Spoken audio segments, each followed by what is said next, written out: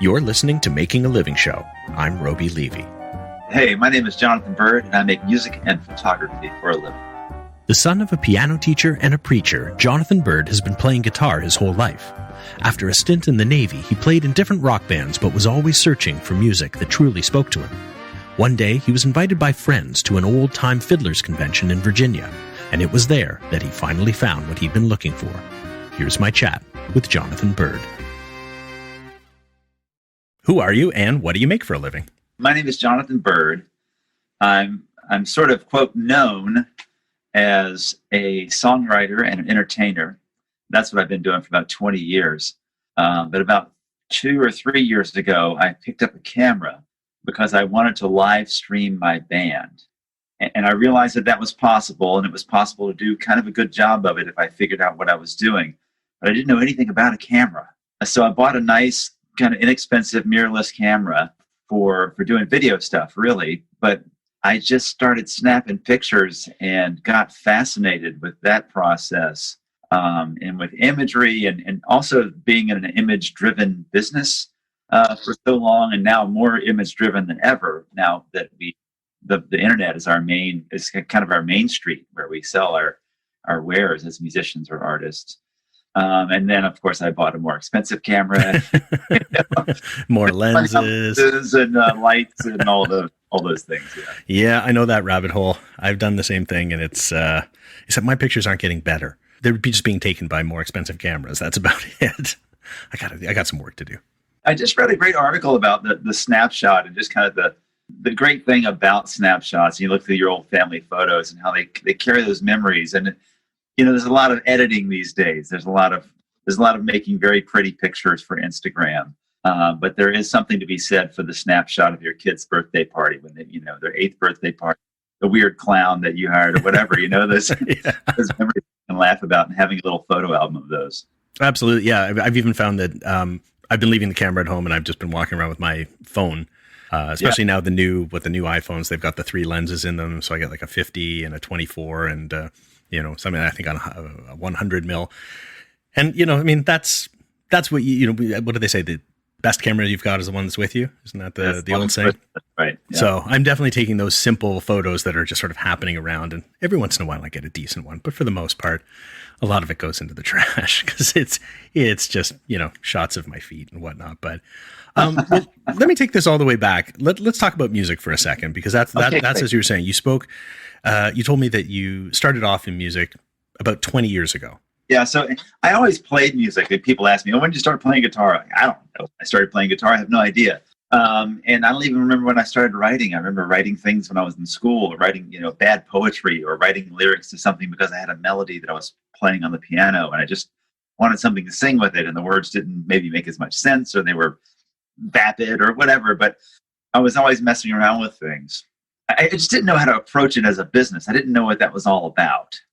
And I didn't really grow up in a family of business people, so I didn't get that kind of home education in what business was either. I joined the Navy when I left high school. I just wanted a way to get away from home and have some adventures, and I did that. And then I came back and worked at a grocery store, and I delivered pizzas and all this. The whole time I had bands and I was playing music this whole time. And finally, one day I was like, what am I doing? This is all I want to do is play music. It's all I really do. I mean, when I'm delivering pizzas, I'm just trying to make enough money so I can, change my strings so I can play this gig. That's all I'm doing. So why don't I figure out how to make money at this? And really the key for me was being able to write songs. And I had dabbled in songwriting because I had bands and they had music and we needed songs. And so I made up some words to go with the stuff that we were writing. But I discovered acoustic music at about the same time, this old time music, this sort of pre-bluegrass string band music where anybody could be a part of it. Like the 4-year-old was just learning how to play the mandolin, and the grandpa with the wax paper and the comb or whatever. Like whoever was there was in the band. And there were these old anonymous songs that were handed down for, who knows, a couple hundred years. And I started thinking that maybe I could write a song that people wouldn't know that I'd written. I could sing it in a circle and people would say, where'd you learn that song? And so I took that on as a challenge, and I started writing songs that some of them worked for that. Some of them did get under the radar in that way. some of them didn't. Some of them really surprised me. And they were a little weird, and they were kind of coming out of my rock and roll past a little bit, but I was doing something different with the lyrics because I was imitating these old story songs. I had a chronology, and I had a setting, and I was working with these things that storytellers work with that I hadn't really done before. Before I was kind of Robert Planting it, it's just like improvising, no, yeah, whatever, like just throwing some sounds out there. But now I was getting more serious about telling a story, and then people started to pay attention to my songs. So I was able to take my guitar and go to, call the Chamber of Commerce in Hickory, North Carolina, and say, I could play the Pumpkin Festival in July or whatever. Pumpkin Festival would be July, it'd be October or whatever.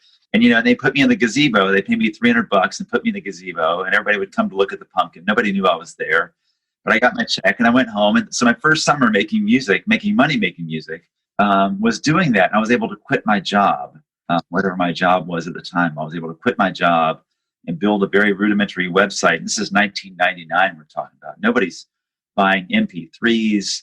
There's no Apple Music. None of that exists. But I was building a rudimentary website, and I had to get an email account, and I just started building my business that way and got really intense and serious about it, and got off the ground that way. For probably the next 10 years, I would make albums. I would have like players on my albums, but mostly I would tour solo.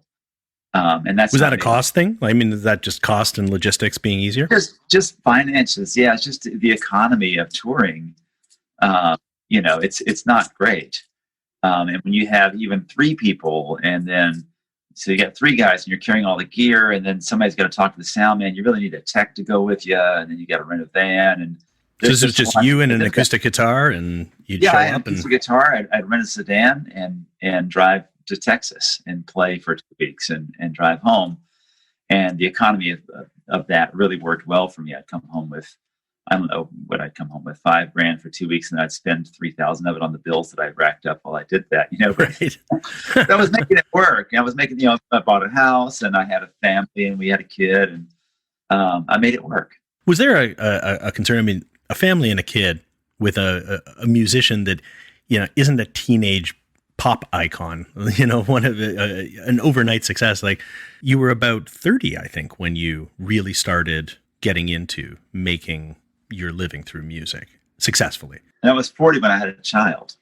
I call it the drop and give me 50 of life. Yeah. That's what it was.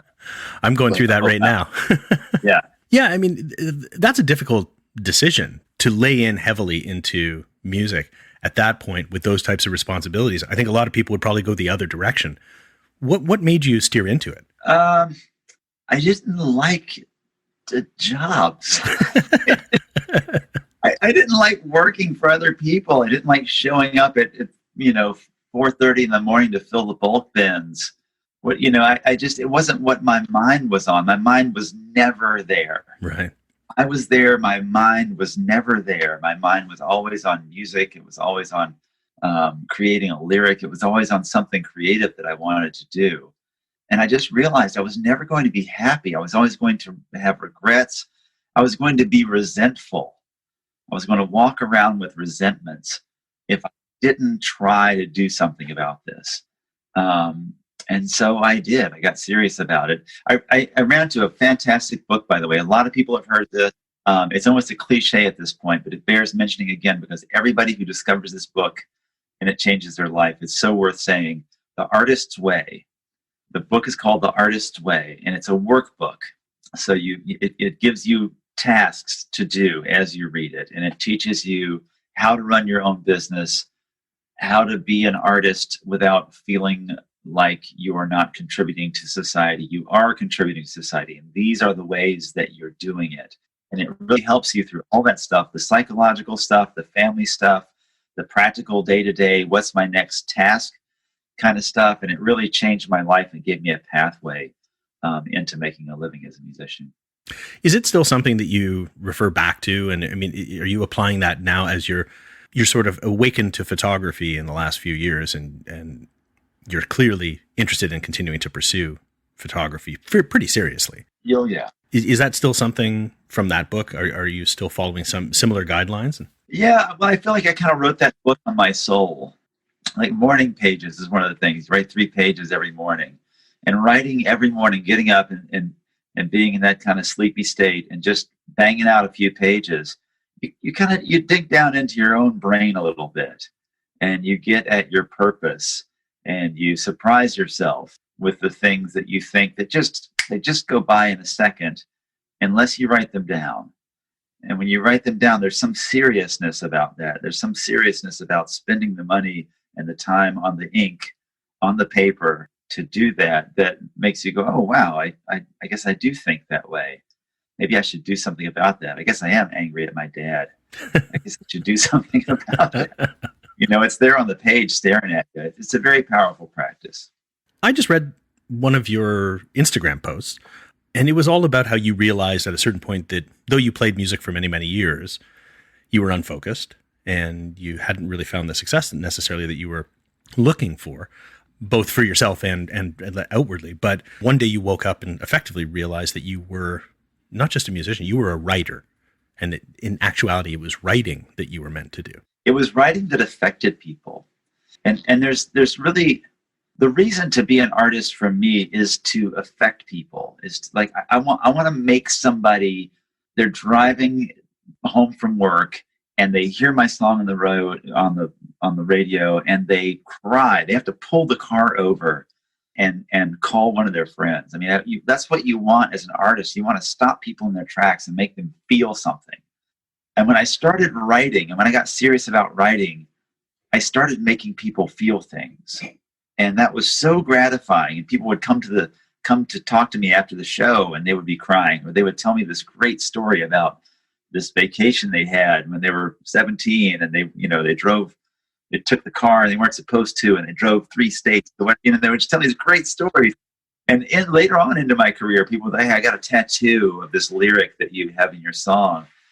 And I mean, that kind of, you're affecting people's lives, and people sort of hand you their soul sometimes. And that is an amazing thing. It's a vulnerability, right? When somebody comes to you and tells you that kind of thing, they're making themselves vulnerable to you. And that is very powerful.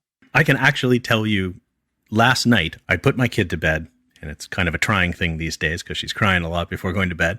And I put on headphones and I went to your Bandcamp page and I just randomly hit a song. And all of a sudden I was listening to I Wish I Was in Love, which is a song that you guys didn't even put out. You had recorded it. This is my understanding. There was like 16 tracks. You put out 10, and these were the 6. I found the 6 that were not put out, and then you put them out, I guess, more recently. And that's right. I listened to that song, and it stopped me in my tracks.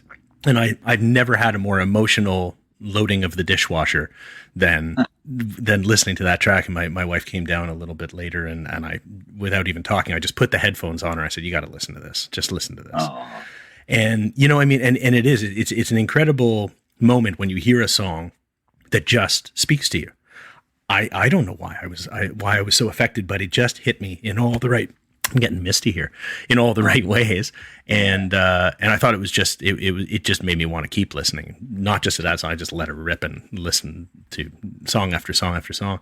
And that's the thing, you've got your songs run the gamut of emotion. I mean, you've got happy, fun, party songs all the way to, you know, loss and ballad songs. I'm kind of curious. You're a pretty prolific writer of music and words. Do you ever run into a lack of ideas? Do you ever hit a block and go, oh, I've got nothing left to say. I've got nothing else. I only run into a lack of time, really. There's no lack of ideas. Where are the ideas coming from? Well, I mean, if you feel like you've run out of your own ideas, you just steal some. There's like, they're out there. I mean, for example, So I Wish I Was in Love started as an exercise in what I call the power of the opposite. So there's a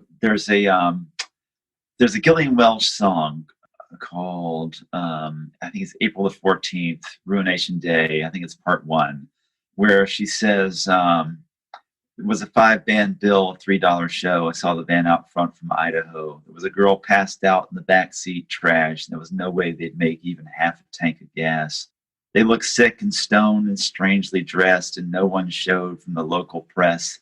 And I watched them walk through the bottom land, and I wish I played in a rock and roll band. That last line is so heavy, so heavy, and it's so beautiful, and it just hits you with, yes, despite everything, you want to be cool like them.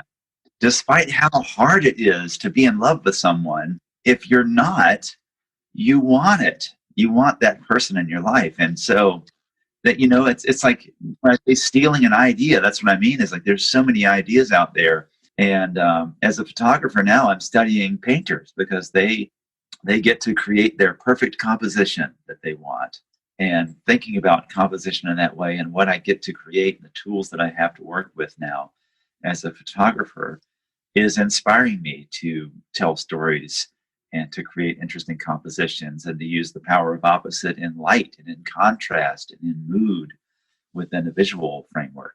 Is it liberating to try and tell stories without the tools that you've had, which is basically words and sound, and instead go purely visual with the photography? It is. What's most liberating about it actually is that I don't really have to make money at it right now. I am making money at it right now. I'm figuring out how to make money at it right now. And that's great. That's very rewarding. But I'm still making money playing music, and I've been kind of smart about putting some money away. So it's liberating that I can create what I want to create. And what I find is that that's what people are really most interested in. It's like the more I find my own voice as a photographer, the more people want to see what I'm doing. What are you hoping to achieve with the photography? Is there sort of a pinnacle or an end game that you're trying to reach? So I do write story songs, right? And so the tendency is, I think, for people to think that that's what I set out to create.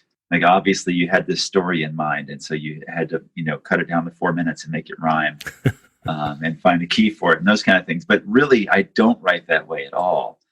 I often start with a piece of music, a little guitar riff, a melody, maybe one line that evokes some kind of emotion. And then I stumble around in the desert looking for the rest of it.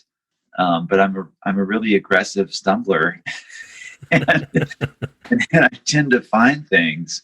So it's kind of the same way with photography right now. I think I've just recently started to figure out some conceptual things that I want to do. I want to start with the idea and work on that and build up to that. But a lot of it has just been like, how do I get this light the way I want it? Like, I see Lindsay Adler, this incredible photographer, working with color in Vogue magazine. And like, there's no skin tone on this model at all. There's no color on this model that is her natural skin tone. Like, how is she doing that? And so then I just get some lights and some gels, and I explore myself until I find my own way of doing that. And most of my exploration in photography has been that kind of thing up to this point. And now I feel like I can take a concept and I have those techniques well enough that I can tell that story. Where are you learning photography? Like, I mean, it sounds to me like you taught yourself music. Now you're teaching yourself photography. Are you a YouTube learner like I am? YouTube is unbelievable. And actually, there are several photographers who are making a really good living. And Peter McKinnon is in Toronto. Yeah. He's got a fantastic YouTube channel. And like, I don't know, every 4 days or something, he comes out with this amazing video. Every now and then I feel like he's trying to sell me something. Sometimes it gets on, I understand he's got like millions of subscribers. I understand he's paying the bills.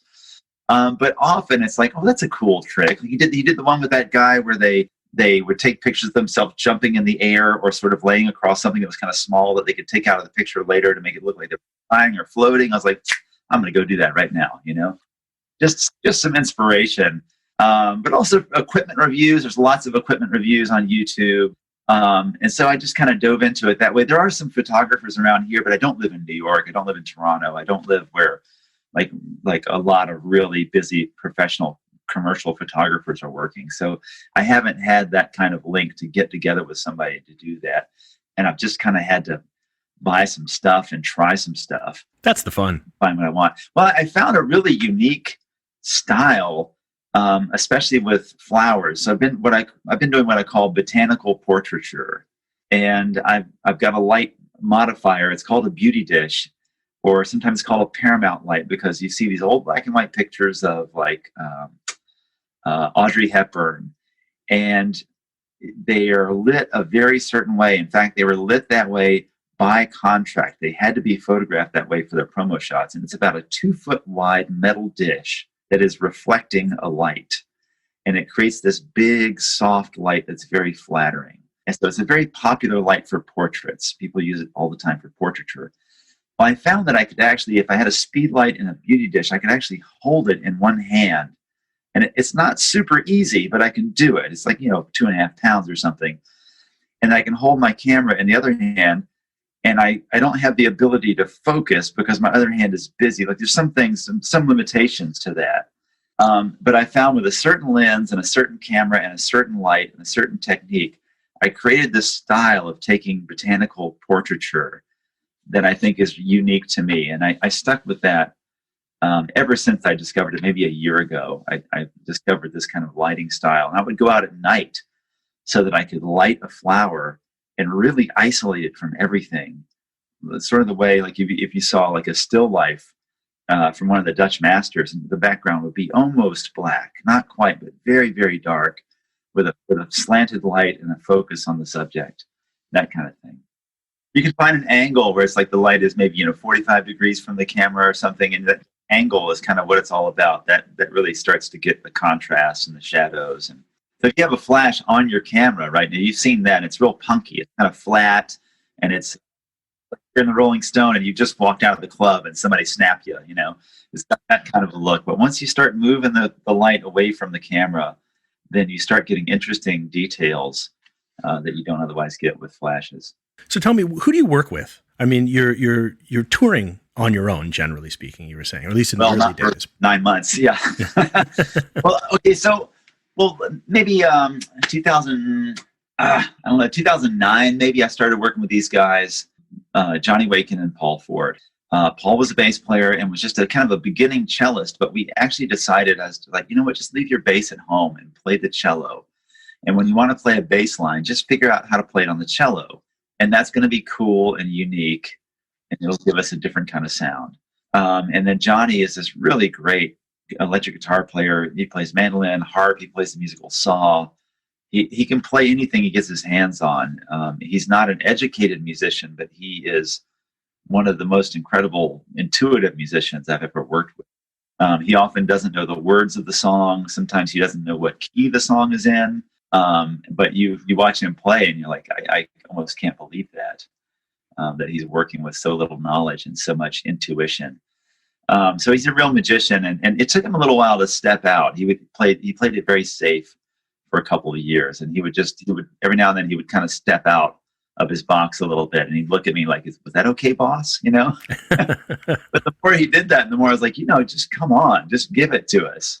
And now he really will, and we'll give him like a 10-minute guitar solo, and he'll go sit on people's laps and drink people's beer and whatever. He'll just like mess with people, and then just rip into some amazing music where you can't, whatever he's done, you can't get angry with him because he's amazing and he's really, he's changing your life. So with those two guys, I started working with them when I came home. They were my local guys, and I would still go. Like I recorded an album called Cackalack in Toronto, November 23rd, 2009. Recorded with John Showen, Brian Kobayakawa, Tressa Levisser, Chris Quinn, all these Toronto people. And Andrew Collins played the mandolin. Ken Whiteley recorded and also played dobro and did some singing on it. And we recorded it in this kind of converted garage, all in a circle. They're all in the same space. We broke all the rules of modern recording. We were able to record it in 6 hours. And so I would do albums like that. I would kind of think, well, there's this group of musicians there, and there's this group of songs that I have that would kind of work with those musicians. And I would go and make an album with them. And then I would come home and I would play with my guys here at home, and they would do their interpretation of it. Well, then they started to tour with me a little bit, and they became my band, and we started calling ourselves Jonathan Byrd and the Pickup Cowboys. That's who they were. Well, unfortunately, Paul was diagnosed with brain cancer. So that album, or the EP that you listened to last night, was from those recordings. So the last day of recording that album, and what later became that EP, he was diagnosed with brain cancer, and he lived for about a year. Like glioblastoma, it's just it's not just kind of how long do you have? You have 6 months, you have a year maybe. So that was really hard. And Johnny and Paul were best friends, and Johnny stayed home, and I went out solo again. And then after that, I thought I was always kind of envious of people like my friend Corin Raymond, who has this residency at the Cameron House every Thursday night, happy hour. He would play every week with his band. And he had been doing it, I don't know, 11 years or something. And what a cool community and scene he had built up just by showing up every week, So there was this little bar called the Kraken 2 miles from my house here in the country that I had never been into. Once when I was a teenager, I went in there and there were like 2 guys in there smoking 5 cigarettes. It was just terrible. But since then, they've kind of built up a little music scene. And the stage, for such a small room, it's actually a pretty big stage. And I could tell that they kind of prioritized having music there. So I said, it looks like there's nothing going on Wednesday night. What if we played every Wednesday for a while? How would that be? And he said, well, let's try it out. Come here, 7 to 10. I was like, oh, 3 hours. Okay, well, maybe we can do that. Never played 3-hour gigs, but sure. And we got a friend of ours, Austin McCall, to play the drums with us. It was me on acoustic guitar, Johnny mostly on electric, and a drummer. We didn't have a bass player. And people just started showing up like right away. The house would be packed every week.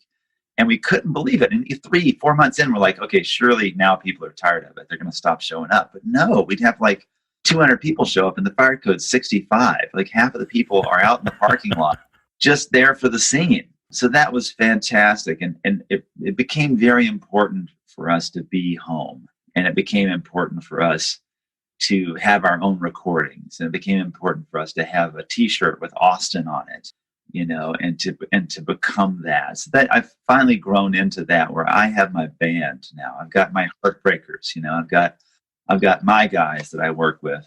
I have an octave pedal for my guitar. I actually play the bass sometimes, so we'll do the kind of power trio thing. So we never got a bass player. We never got a keyboard player. It's still a trio. And now with COVID, we're still live streaming from the same venue, and we don't want to bring anybody else in, really. So we have special guests every week. And now what we do is we just have them record their videos. And they send 2 songs in on the video, and we pay them for it, and we air that during our live stream. How's that working? Are people tuning in?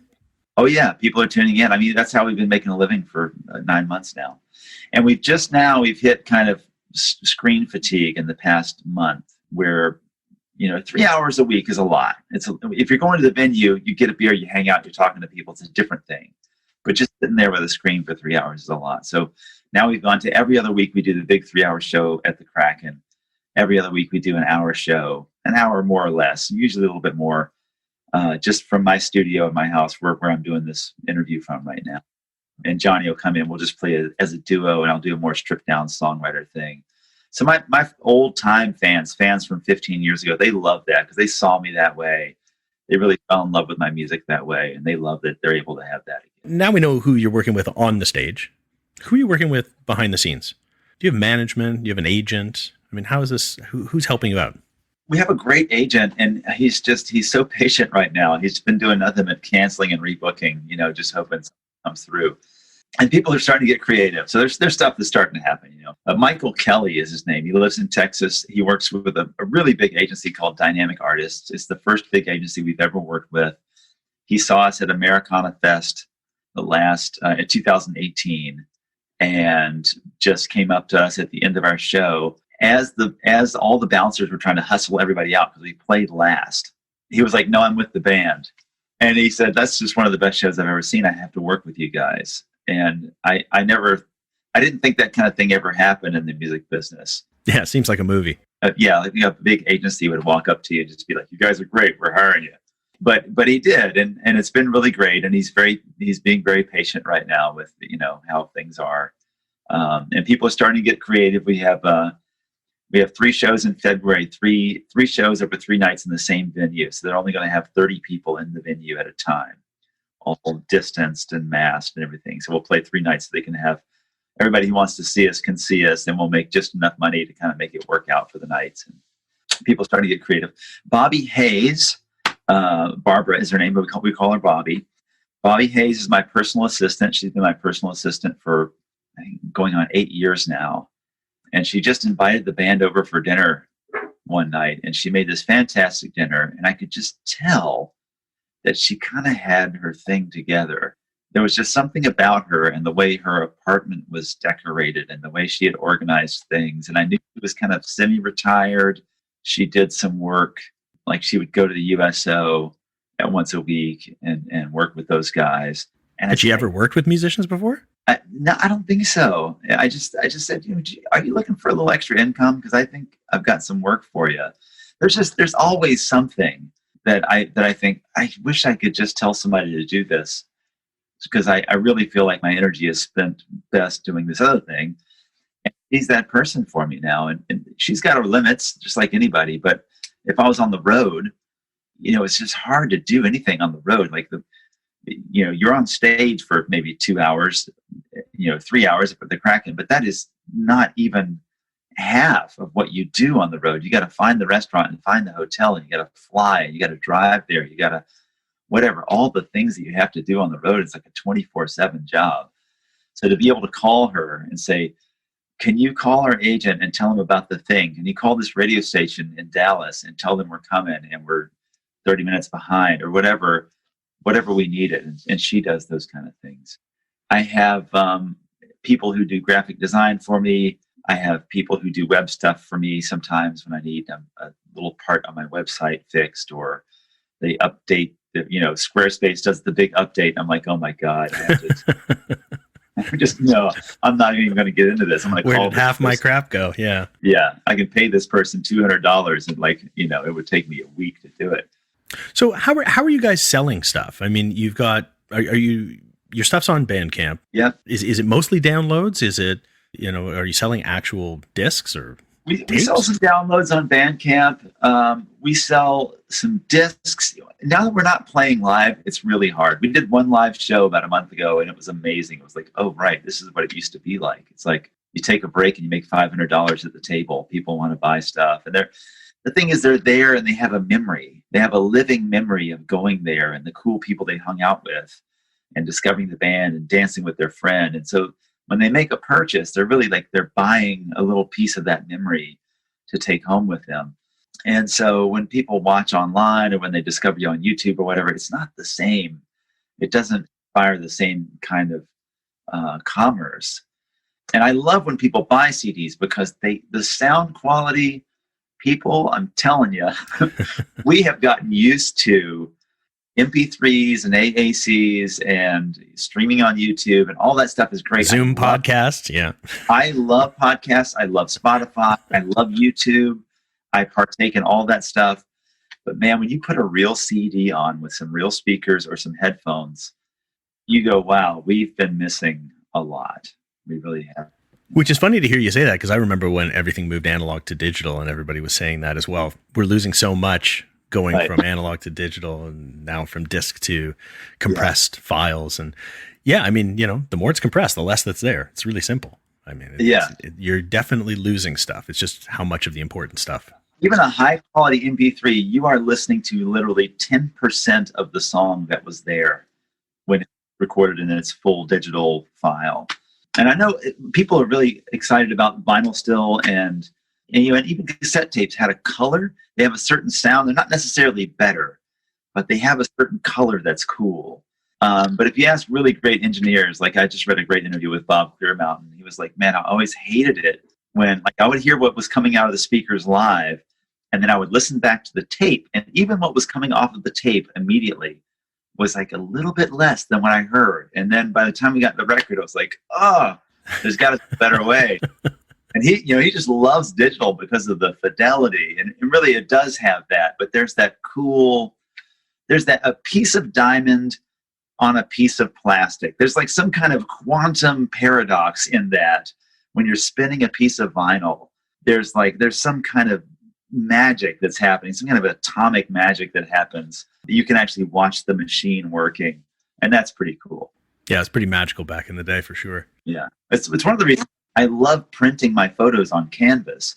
And really, if you say, is that fidelity? Is that an accurate representation? It's probably not. I mean, you're introducing a physical texture into it, and it has its own kind of bugs. as far as that goes. But there's something about the feel of it and that painterly quality and the luxury of a really great piece of canvas that is exciting. A lot of photographers would say that you haven't really taken the picture until you printed it. Because there's that final portion of it. I mean, yes, a lot of people are doing post work on it and they're playing with it in Lightroom or in Photoshop or whatnot, but really it's not until it's actually married with a surface that you really actually see it come to life. And especially because not all photos were meant to be seen on a phone, on a small screen. Absolutely. And backlit and, through ones and zeros. A lot of them were meant to be married with an actual surface, with a canvas, with a paper, and that adds to it, and that actually finishes it off, and then it becomes something real. I think one could make the same sort of thing about the same argument about you could listen to MP3 or you can go to the live show. Absolutely. And it's like if you want to show people your pictures, print them out, do a showing somewhere, just get a coffee house, get a friend's house, wherever, have people come and look at your pictures. Print them 16 by 20, whatever, give them a nice size so people can really look at them. And it's a whole different experience. Yeah. Same sort of thing with, as you said earlier, it's about, it's like putting the words on a page. All of a sudden they get weight. They have substance. Right. Otherwise they're fleeting thoughts and they will just drift off into nowhere. Robi, I just did this because I wanted to. Nobody bought this. I knew it would cost, $400 or $500 to print this thing, but I really wanted to print a really big print. And I used this camera that's like a 50 megapixel sensor. It's really high resolution. And I knew I could print this big file and it would look great. So I finally picked one. I saved my money and I printed this 4 by 5 foot print of a poppy. And it's kind of like the other pictures you were looking at where the flower is really the focus and there's this kind of, everything else kind of fades into darkness and there's this focus on it. But it's been raining a little bit and there's like little water droplets on the poppy. And it is a piece of magic, man. It just blew my mind to see it. And the closest I could get to it, it's all the detail was still there. It was really like a magic trick. I can see the reflection of my light in each little water droplet. And it's just so much fun to have done that and to have, I don't know, kind of blown my money on it. But but it's beautiful. I got my girlfriend to pick a picture. I'm like, I want to give you a picture and I want to print this really big thing. Like, find a space and pick one. And she did. And so it's in her bathroom now and it's beautiful. You said you're doing really well selling your photos and you're doing well in terms of the pivot to live shows, live streaming and things like that. How else are you marketing yourself? How are you letting people know whether it's about shows or about new recordings, new artworks available? Well, when I started taking pictures, it's really just for me, and I would share them, on Facebook or whatever. I took, whatever, I took this picture. It's interesting to me. I'll share it on my personal account. But when I started creating things that I thought were beautiful or interesting, I realized I needed to separate my music and my photography a little bit. It's not like I didn't want anybody to know. I just wanted there to be separate channels. So then I started a separate Instagram account at Magic Flower Cowboy. Is my Instagram account just for my photography. And I finally just started my own Facebook page for Magic Flower Cowboy. But for a while, I kind of had my Instagram Magic Flower Cowboy account so that it would link to my personal Facebook profile. So, and I have a lot of friends. I have a lot of people who are like friends of friends and people who know me as a musician or whatever. So I have like 4,000 connections maybe on my Facebook profile. So more than most people. But I didn't really think about it that way. But when I started posting my pictures from at Magic Flower Cowboy, I had a really big audience on my Facebook profile that I didn't really think about before I did that. But when people started reacting to them and asking if they could purchase them, did I make prints? The first time somebody asked me that I said, yes. And, okay, now I got to figure out how to do that. Could you sell me one of these? Yes, I can. Let me figure it out. I'll get right back to you. And so I found this printer who's local. His name is Wojtek Wodiński, and he is a retired GE engineer. He's this really smart guy, and his job was killing him. He was having heart problems, and his wife said, "You have to quit." So then he needed something just as tweaky to do after he quit his job as an engineer. So he built a boutique photo printing lab in his basement And he prints this incredible quality. Like every canvas, they're archival, they're all cotton, they're acid free. He varnishes them so that they're essentially waterproof. He actually took one. He's like, I want to show you, like, how resilient are these? Like, I was asking him, could you put this in your bathroom or whatever? And he walked outside and he threw the canvas in his pool. And he pulled it out and dried it off. He's like, this is how resilient they are. They'll last for 100 years easy. And he just does such beautiful work. And even the editing, like, he will take it into his own Photoshop on his really great monitor, and he will suggest things like the shadows could be a little brighter or whatever. He'll make sure that, if you're going to print it larger, one thing that happens is the larger it is, the brighter colors tend to come out just from changing the size of the print. So he'll adjust some things depending on the size of the print. He just knows things that I don't know because he's been doing it for a long time. But it's so great to work with him, and it really feels like a partnership. Like the final piece feels like we kind of co-created it. So I was fortunate enough to run into him, and then to be able to just produce a really quality product that I could stand behind. So I started printing canvases first. That was the first thing I liked. And then we found this paper that I really liked.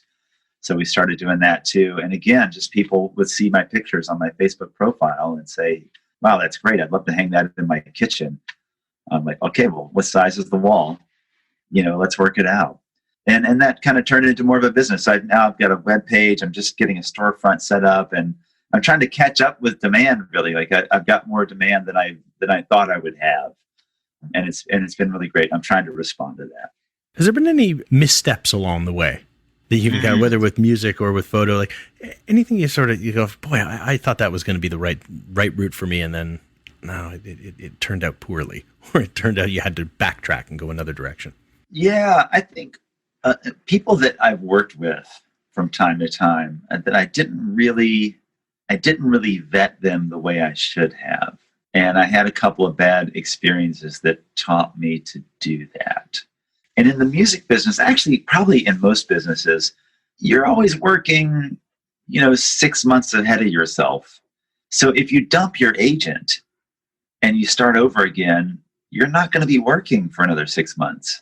And you have to figure out how to get by during that time. So it's a pretty big hit when you have to switch horses like that. And we had a manager for a while that really didn't work for us. We had a couple of agents that really didn't work for us. And those were really because I didn't do the research that I should have done. There were people who could have told me. There were people who I knew very well who could have told me, but I didn't ask. I didn't go looking for that information before I jumped in. And maybe some of that was, my own kind of imposter syndrome. Like, oh, they like me. They're willing to work with me. I should work with them. No, take your time. Pick the right person. Do your due diligence. And I learned that. And I've made many artistic mistakes, or things that I feel like are mistakes. Maybe things I've done that people feel like were mistakes. I think in social media, it took me a little while to get the feel of that, about what to talk about, what I wanted my social media presence to be about. And now I realize that I don't really want to talk about politics so much. I don't really want to talk about social issues so much. I want to create art around that. I want to make my statement in the context of my art. Other than that, I want to be welcoming to everyone. If you're not a complete asshole harassing people on my page, then I'm cool with you. And I want to make art for you, and I want to engage you. I want you to be able to discover me without saying, oh, I like this guy until he said that thing, until he liked this person. I don't feel like those things feel like they're very personal to me. I share those things with my friends. I don't need to share those things in public. So it took me a little while to dial my social media presence in that way, to say, a lot of people are talking about this, but I'm not going to talk about this. Somebody who was really inspiring to me in that way was Steve Martin. So Steve Martin wrote an incredible autobiography, and the audiobook is him reading his own autobiography. It's incredible.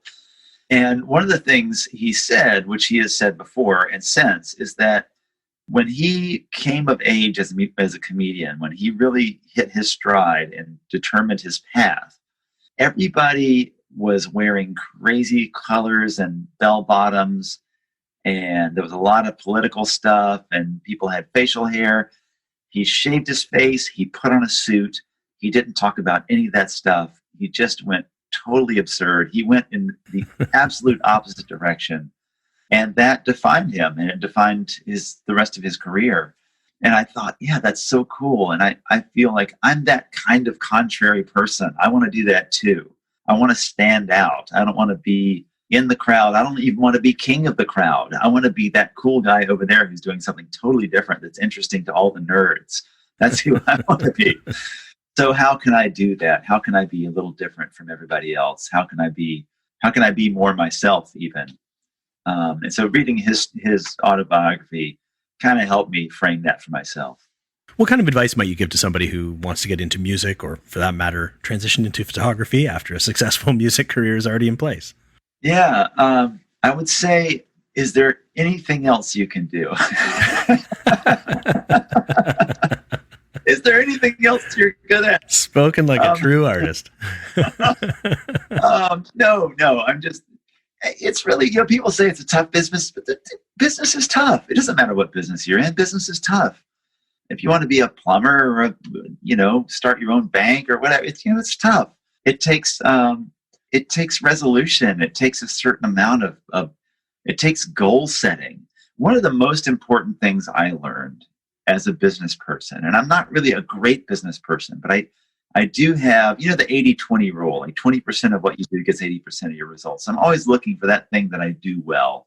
And one of the things that worked for me early on that I go back to over and over again is, where do I want to be in 10 years?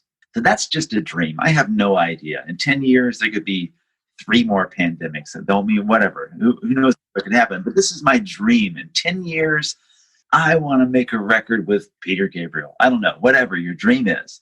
I want to build a candy store. Well, what does that mean? I want to build a candy store with Peter Gabriel. There's my 10 years. Right now.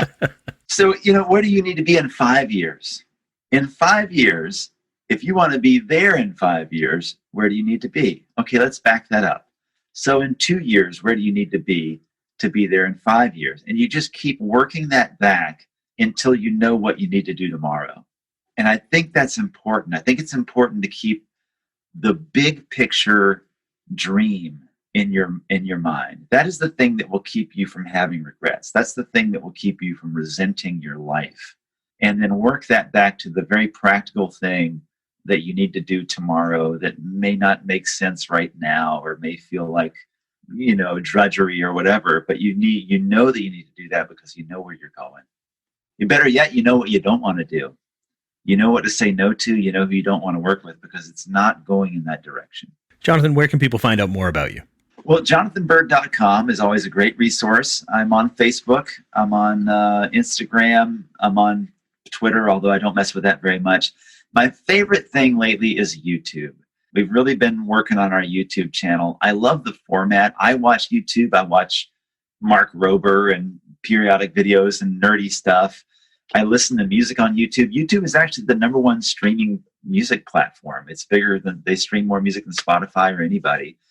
And I like using their service. So I just thought, as a creator, I should just start creating for them. I should just start working in that format. And the lockdown has given me a great opportunity to do that. And I built this little studio I kind of have this upstairs room that's got enough room for a bedroom, and there's a little bathroom attached to it. I'm like, I can build a little studio here so I can just flip a couple switches and start making a video in 5 minutes. That's what I want. And so YouTube, just /Jonathan Byrd Music, that's where my channel is. We live stream every Wednesday night, 7 p.m. Eastern time. We do a live show. I put out videos. I make videos about like how I play a song, how I worked out how to play this thing on the guitar, what I'm doing with my camera. And I find that musicians follow musicians, and musicians are also interested in imagery. How do I take good pictures of myself? How do I set up my live stream so that it doesn't look like I'm, in my garage with a sheet hanging behind me? So I try to share because I want everybody to do this. I think it's a fantastic time to be an artist. People think I'm crazy. People think I'm smoking dope. And maybe I am, but this is a great time to be an artist. We have access to things that people have never had access to. I mean, there was a time where If Linda Ronstadt and Santana were making a record at the same time, you couldn't get your record pressed. You were on standby. You couldn't call Oasis. Like when I started, you couldn't just send somebody an MP3 via email. You had to make a physical thing and send it to them through the post office. And now you can build your email list, build your website, get a YouTube channel or Instagram or whichever your favorite way is to connect to your fans, and you can sell something today. You can affect people's lives right now in the next 5 minutes. You can go live and play a song, and people can enjoy that song, and you can build that relationship directly with no record label, with no publisher, with no newspaper critics that you have to go through, none of that. I think it's a fantastic time to be an artist. Pandemic be damned, all those things. People complain about Spotify. I think it's one of the best things that ever happened to us. Like all the people who okay, if you're Don Henley, you can complain, all right? If you're Stevie Nicks, it has negatively affected your income. I agree.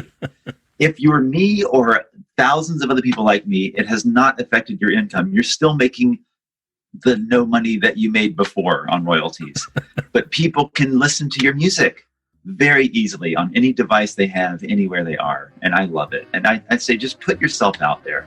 Just do it. You want to start your Patreon, you want to have your exclusive place where people pay for your stuff, that's great. Again, 80-20 rule. A certain percentage of people will go do that, but you have to get out there on the main street and say, here is my art. Here is my song. Thank you so much for being on the show and sharing with us how you make a living. You're welcome, Robi. Thanks for having me. Subscribe to Making a Living Show on Apple, Google, Spotify, Stitcher, and pretty much anywhere else you get your podcasts. For more on the show, visit makingalivingshow.com and follow along on Instagram, Twitter, Facebook, and YouTube. Making a Living Show is produced by Next Exit Media and hosted by me, Robi Levy. Thanks for listening.